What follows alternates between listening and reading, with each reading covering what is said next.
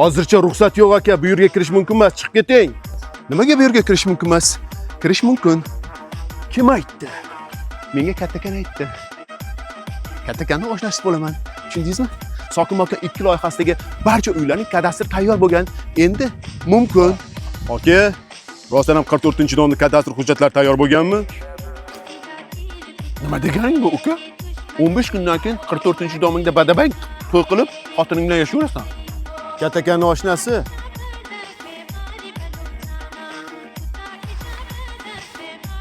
Biz ham kutyapmiz. Xabaringiz yo'qmi? Lent House rasmiy sahifasiga a'zo bo'lmaganmisiz? A'zo bo'lmagan bo'lsangiz, podpiska tugmasini bosib a'zo bo'l oling. Tushundingizmi? Sokim Makon 1ning 2-loyihasidagi 17, 18, 19-uylarning ham kadastr hujjatlari shakllantirildi. Endi o'z nomingizlarga rasmiylashtirishinglar mumkin. Sokim Makon 2-uylarning barchasini kadastr hujjatlari tayyor. 15-iyuldan, ya'ni ertadan o'z nomingizlarga rasmiylashtirishinglar mumkin. Aytgandek, 27, 31, 32, 37-uylardan xarid qilgan yurtdoshlarimiz, sizlar ozroq shoshmay turasizlar. Notarial tartibda rasmiylashtirishinglarga oz qoldi. Ya'ni kadastr hujjatlari shakllantirilyapti. Kattakanning oshnasimi? Yo'q,